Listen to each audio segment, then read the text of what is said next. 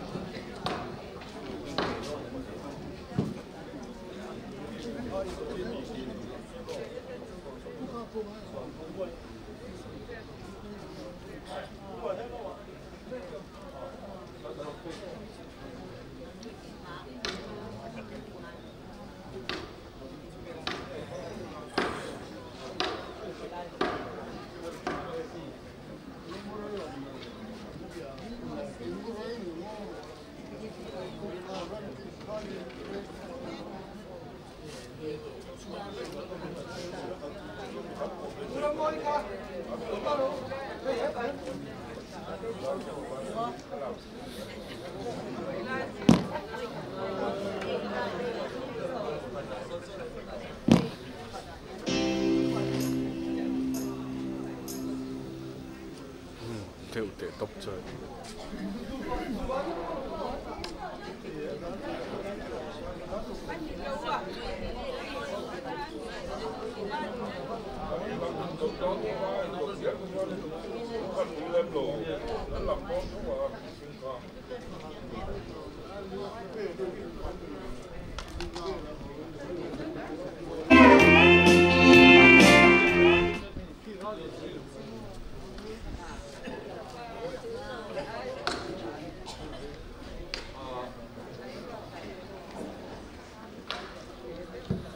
kan hun hiat se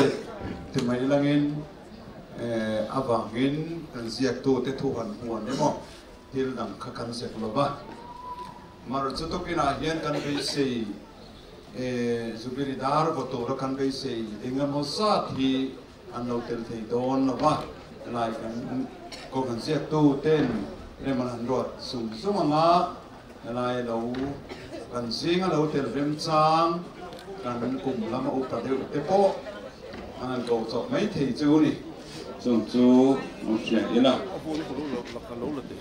tên buôn tối tế anh hiện phát hiện phong nát sa turin đôi so phê tế can so mà anh hiện đâm nuông sắm bắc là bên rồi present sham chọn tụi mà lụt hậu thôi về anh giải để anh phong nát piang cả phát hiện đầu tiên anh làm tròn một cái này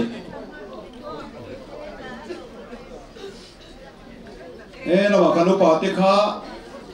chúng ta sẽ tu ra mày nó trái chất mày lúc chụp vật vật tiêu hết tại hiện dar vào tu các chú hết tại hiện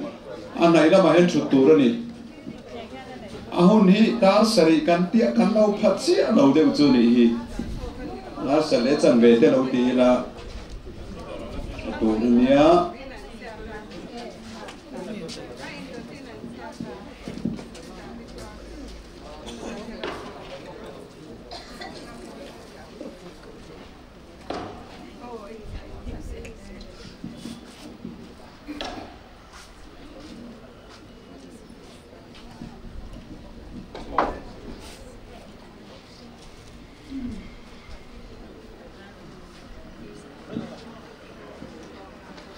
kan in rem feldan deu to em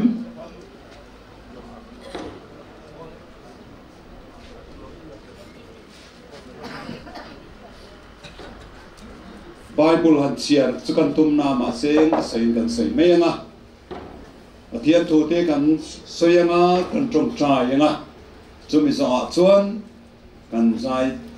pathian tona la satu kan so manga an ni an zai zo ve le hian min kai suai tu te kai suai na in Jubilee Dar hi kan bo sui don ani kan pathian thu hian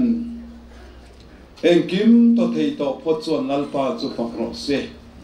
ti in pathian fak tu zia seya hundang tanga kan mu chu lalpan thil ro pui tak min ti saka kan lom em mani kan lom le ni pathian chu ro pui e ma wangin faktur ani a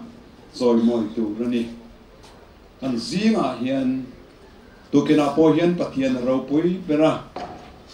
keini ho hi a ro pui na mutu te zinga kan tel hi kan long tu rani a pathian zoi moi le ama fakhi kan ti tur tik tak ani a pathian point min sian chan ani tukina hian pathian khomai na kan chan chunga Bible thiang limin asoyang nge in kantan Jubilee kum somha chu kan lom to kan lom zena when hi kan lom tom na tu theng kan lom to na hun dang lambik le hun bi Jubilee Dar kan ti rig na ni hunani pathian mai kuna hu trong trai ngu lalpa kan pathian he hun lutak khi khovel hun chian anin tira Koron ho ten kak lel takin kum diam ta inga mo ti trăng khan kan kira tu kina hian khodrama le ko san hoa te kan thin ti thong thei kan thin ti pu thei thil dang lam te seng lovin ni thar tu om tak Leitan Presbyterian ko san kum som nga tin nani min soi seng ta long thu kan si lalpa kan Zing a hian nang sui ro pui berrenga I ro pui zia mutu le ro chuan kan tharau le kan tak samit hi min hon sakamin ti men sak kan mamo ber to kena po hian kan choi moi chia kan fak che ming ro pui kan faka kan zinga lo tenang che Jubilee Dar to kena hian voturin kan in bot saya he dar ri hi zalen na dar in rem na dar in bangay ton na dar malam pantura tharaw isuay na nang ma kan ko na che dari anidon e dari shezong shepazong sonte Jubilee Dar Vuak ni ti ngay tu ashetu zong sonte ne he dar manghian tharawin namin thosakla Koron ho zinga in rem na te in pom khat na te in mangay ton na te in ngay dam na le zalen na itana kan nun kan man te tura kong doom le chazo ken mol prose wena hian lalpa dari malsom la heng po tu te pon lim taka hul poi mo hian nang ma o kan chua ve na Harawa thui soi na kan ni tin pom chunga eta hian nang ma kan choi mo na chi min pom sakang che kan lalpa isu amingin chung chu kan ti le amen tuna chuan pathian phangla sa turin dor so faith kan so manga lama hian an lo ding nga lak turem chi an lo me the ma se mi pui mo na rem sang ri wangin lo chu tiam me nga an ne an zai zo pele hian dar Vuak na min soi tu te khan kan se ta kan min soi zinga dar Jubilee Dar kan se ton ni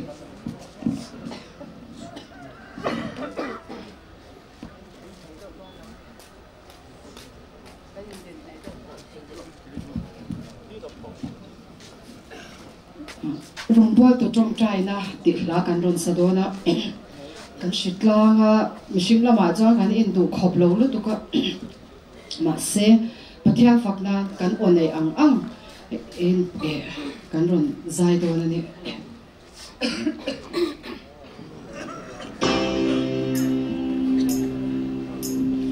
Leiro puina aya luzo lalpa nangin min pe ang che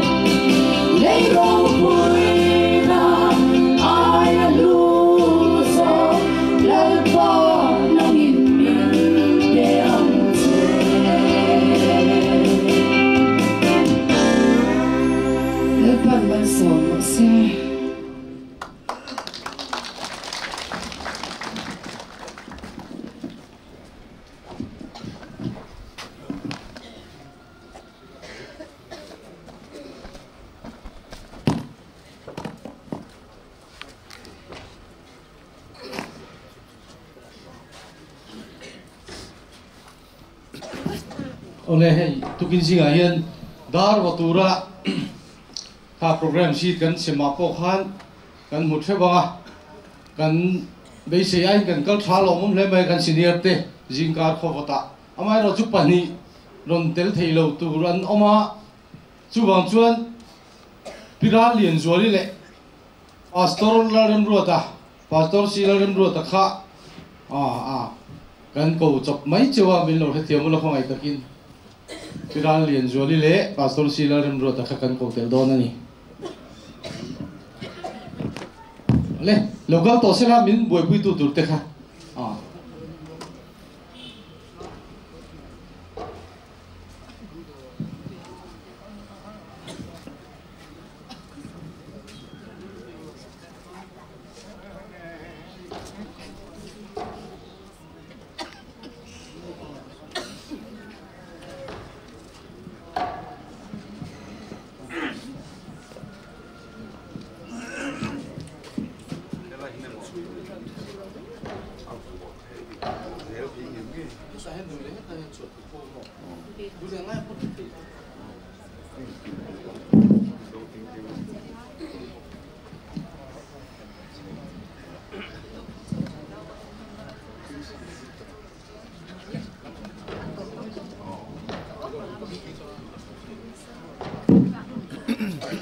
Ole Jubilee Dar votu turte in dotin kan puangange pakhatna pastor J.H. Zaikima pathina Reverend Lal Chamba pathumna Reverend Lal Mingmoya palina Reverend S.U. Lal Engmoya pangana upasai kan khuma parukna upavandai lawa pasarina upalaram liana ralte pariatna upa H. Lal Muana pakwana upa LP Lal ngeta somna upathang liana som pakhatna upa LH lian shima som panina upa Arlal Zarzova som pathumna upa Tilal thing liana som palina upa lal thom liana varte som pangana upa Arzar tho zauthan zara som parukna upa lal chandama ralte som pasarina khakchu number ka puang to lo me kan puang that zarzarange upa ro thang puya puchal nuna puchwang thuama puka phunga pukol buanga puthang viaya pu arlian siama pulal thalova purem thanga puthang chuana pulal buana pithang sei pilal huni pisiram moi pirau siam bi pirau khumi pilal tuangi pisom liani pizirtiri pisap dengi piwanal thangi pichong zingi pichi sang zwali pisi thansangi pilaram moi pimanchingi pi arlian zwali pasor silaram ruata Pikil hing lawi pilarin omi langwal jonzo fel thanga pularin zwala chong tu purau dailo ralte puvi wanan moya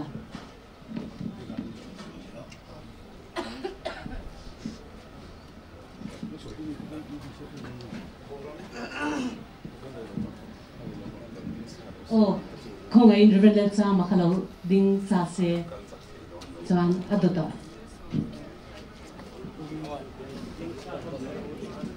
Adoda khan Reverend Lal Mingmoya Adota Reverend S.U. Lal Engmoya Tikhani ain do dan tur ka koron pong zel don ya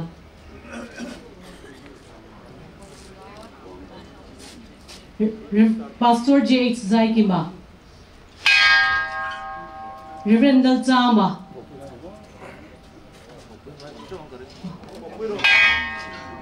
Reverend Lal Mingmoya tikhan mani thutna khana thutle zel mai the Reverend S.U. Lal Engmoya upasai than khuma upavandai lova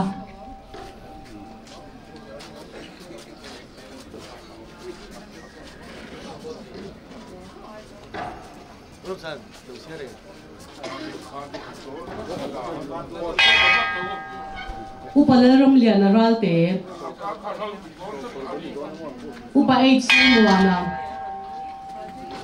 upa LP Lal ngita upa thang liana upa LH lian shima upa Arlal Zarzova upa Tilal thing liana upa lal thong liana parte upa Arzar thanza zara upa lal chandama ralte upa rau thang puya puchal nuna puchuang chuama puka phunga pukol buanga puthang viaya puar lian siama pulal thalava purem thanga puthang chuana pulal vuana pithang sei pilal huni pisiram moi pirau siami pisiro kumi pilal thuangi pisong liani pisir tiri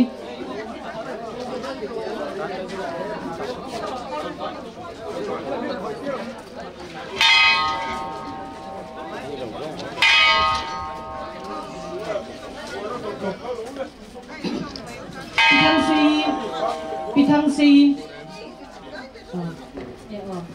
oh di kana itu tin ron ka dia lo lei ko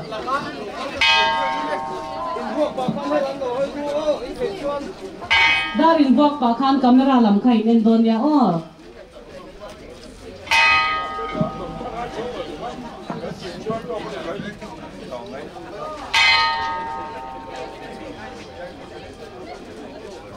Ming ka karon puan to don lo ti khan China kanin puan dan in do khan ron kan zen mai don ya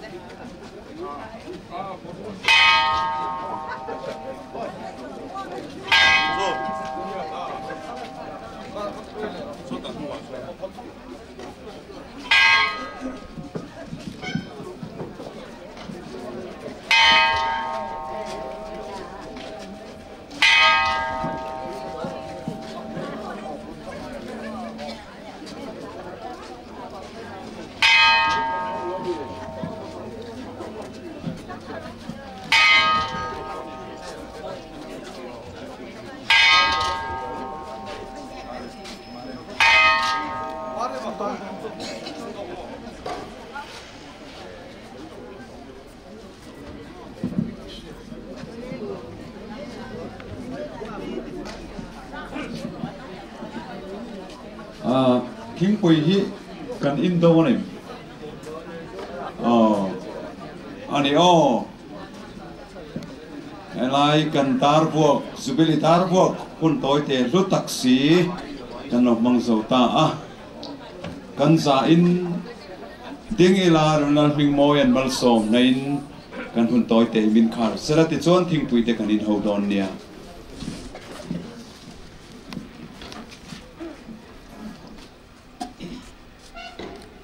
Nol pai suak kita koi nale chat nate pa pathian kan pa wanami mangai na rau pui rau thiang limpol nale pui nale kai roi na jirte na thamwa na tak tu khovel mun sang rangatin na kan sung te na le in za ne na tu na tangin kum khuain omro se Amen. Ale, di khan King Pui khan tan ron sim do na, chut nam buna khan, an ron pedon chiu ni.